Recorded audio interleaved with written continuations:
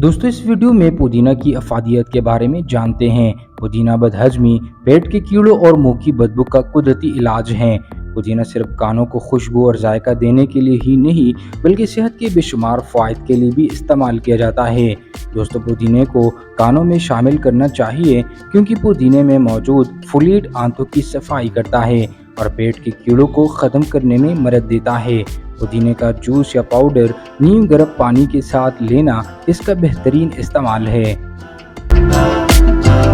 पुदीने के पत्तों को खाने के बाद इस्तेमाल करने से खाना जल्द हजम होता है।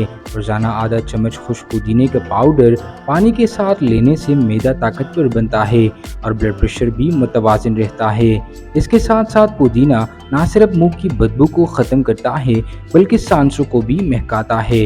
रोज़मर्रा खानों में इसका इस्तेमाल मुंह की सफाई के लिए मौसर है, चाहे मुंह के छाले हो, दांतों का दर्द हो, गले की खराश या मसूड़ों की सोजिश हो।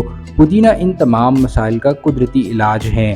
पुदीना के ताज़ा पत्तों को सूंघने से सर दर्द में भी फौरी आराम मिलता है। इसका तेल बालों में लगाने से ज़हनी सुकून भी मिलता है। पुदीना में मौजूद ग़िज़ाई अज्जा में potassium, magnesium, calcium, phosphorus, folate, iron, vitamin A और विटामिन सी मौजूद होती हैं। ये तमाम अज्जा जिस्मानी सेहत, ज़हनी तरोताज़गी और खूबसूरती में इजाफे के लिए बेहद मुफीद हैं।